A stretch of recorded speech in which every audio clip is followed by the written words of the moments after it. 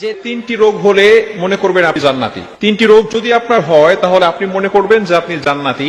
কারণ অনেক সময় দেখা যাচ্ছে যে আমরা রোগ হলে হতাশ হয়ে যাই, আমরা নিরাশ হয়ে যাই যে আল্লাহ পাক রব্বুল আলামিন শুধু আমাকেই দেখে, এত রোগ আমার, একের পর এক রোগ আসতেছে, একের পর এক অসুস্থতা বেড়েই যাচ্ছে। অনেক সময় দেখা যাচ্ছে যে আমরা আল্লাহ তাআলার উপর অভিযোগ করে বসি। খবরদার, এটা কখনো করা যাবে না। অসুস্থতা হচ্ছে আল্লাহ তাআলার সবচেয়ে বড় একটি নিয়ামত। অসুস্থতা মানে হচ্ছে যে পৃথিবীর ভিতরে কোটি কোটি মানুষ আছে, তারপরে আল্লাহ পাক রব্বুল আলামিন আপনাকে অসুস্থতা দিয়েছেন, মানে আপনার দিকে আল্লাহ তাআলা ফোকাস করেছেন। সুবহানাল্লাহ। অবশ্যই আপনাকে স্মরণ রাখতে হবে যে অসুস্থতা, বিপদ মানে হচ্ছে আল্লাহ পাক রব্বুল আলামিন আপনাকে খুশি হয়ে দিচ্ছেন। কিন্তু অনেক সময় বান্দা এটাকে খুশি মনে নেয় না, বান্দা আল্লাহর প্রতি নারাজ হয়ে যান, বান্দা আল্লাহর প্রতি অসন্তুষ্ট হয়ে যায়, অভিযোগ করতে থাকে। এজন্য তিনটি রোগ যদি আপনার হয়, কনফার্ম আপনি আল্লাহ পাক রব্বুল আলামিন আপনাকে জান্নাত দান করে দিবেন, যদি আপনার ভিতরে ঈমান পরিপূর্ণ থাকে এবং আপনি ঈমানের উপর অটল অবিচল থাকেন। নাম্বার 1, এক নাম্বার হচ্ছে ঠান্ডা জ্বর। অনেক সময় আমাদের ঠান্ডা জ্বর হয় না? হ্যাঁ, ঠান্ডা জ্বর যদি হয় তাহলে মনে করবেন যে আল্লাহ পাক রব্বুল আলামিন আপনার জন্য জান্নাতের ব্যবস্থা করে দিয়েছেন। এই জ্বর হলে আল্লাহ পাক রব্বুল আলামিন মানুষের পিছনের যে গুনাহগুলো আছে সেই গুনাহগুলো মাফ করে দেয়, বলেন সুবহানাল্লাহ। গফির লাহু মা তাকাদ্দামা মিন যামবি, আল্লাহ তাআলা এই জ্বরের মাধ্যমে তার পিছনের সকল গুনাহ খাতাগুলো মাফ করে দেয়, বলেন সুবহানাল্লাহ। এজন্য আমাদের সকলকে স্মরণ রাখতে হবে এবং মনে রাখতে হবে, জ্বর হলে, ঠান্ডা হলে আমরা ঘাবড়ে যাব না।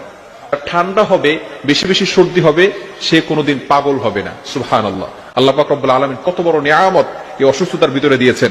এজন্য এক নম্বরে যাদের ঠান্ডা জ্বর, সর্দি জ্বর যাদের হবে, আল্লাহ পাক রব্বুল আলামিন তাদের জন্য জান্নাতের ব্যবস্থা করে দিবেন, তাদের জন্য জান্নাতের পথ সহজ করে দিবেন, অর্থাৎ এই অসুস্থতার মাধ্যমে আল্লাহ তাআলা তার পিছনের গুনাহকে মাফ করিয়ে দিবেন। দ্বিতীয় নাম্বার যেটা, সেটা হচ্ছে চুলকানি বা অ্যালার্জি। আমাদের অনেকের চুলকানি আছে, অ্যালার্জি আছে। আমরা অসন্তুষ্ট হয়ে যাই যে আমার শরীরে কেন এত চুলকানি, আমার শরীরে কেন এত অ্যালার্জি। আমরা অনেক সময় এভাবে বলে থাকি, নো, এটা করা যাবে না। চুলকানি বা অ্যালার্জি হলে মনে করবেন যে আল্লাহ পাক রব্বুল আলামিন আপনাকে জান্নাতে যাওয়ার জন্য পথ সহজ করে দিচ্ছেন, অর্থাৎ আল্লাহ পাক রব্বুল আলামিন আপনাকে জান্নাতে দিবেন। যাদের চুলকানি বা অ্যালার্জি হয়, বর্তমান চিকিৎসা বিজ্ঞান বলছে যাদের অ্যালার্জি আছে অথবা চুলকানি আছে তাদের কখনো কুষ্ঠ রোগ হবে না। সুবহানাল্লাহ। শুধু তাই না, তাদের কখনো শ্বেত রোগ হবে না। সুবহানাল্লাহ। এজন্য চুলকানি, অ্যালার্জি যাদের থাকবে, আল্লাহ পাক রব্বুল আলামিন তাদের জন্য জান্নাতের ব্যবস্থা করে দিয়েছেন।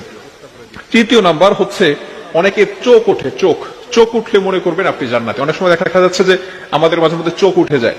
চোখ উঠলে মনে রাখবেন, বর্তমান চিকিৎসা বিজ্ঞান বলছে যাদের চোখ উঠে তারা কখনো অন্ধ হয় না। আল্লাহ রাসূল সাল্লাল্লাহু আলাইহি সাল্লাম এই ব্যাপারে ঘোষণা দিয়েছেন যে চোখ উঠলে আল্লাহ পাক রব্বুল আলামিন তাদেরকে অন্ধ করেন না। এজন্য এই যে রোগগুলো, এই রোগগুলোর মাধ্যমে আল্লাহ পাক রব্বুল আলামিন মানুষকে সকল বিপদ আপদ থেকে, এবং দেখা যাচ্ছে যে পিছনের বান্দা যে গুনাহগুলো করে, এই গুনাহগুলো আল্লাহ পাক রব্বুল আলামিন ঝরিয়ে দেন।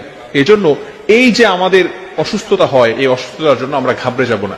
মুমিন কখনো আশা হারায় না, মুমিন কখনো হতাশ হয় না, মুমিন কখনো নিরাশ হয়ে যায় না।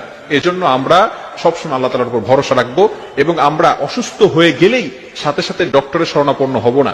আমরা দু একদিন ওয়েট করি, আমরা আল্লাহ তাআলার উপর সন্তুষ্ট থাকি, এরপরে আল্লাহ পাক রব্বুল আলামিনের যে ওসিলা দিয়েছেন যে হ্যাঁ ওষুধ খাওয়া যাবে, এটা খাওয়া সুন্নাহ, এরপরে আমরা ডক্টরের শরণাপন্ন হব। আল্লাহ তাআলা আমাদের সকলকে এগুলো বুঝে আমল করার তৌফিক দান করেন।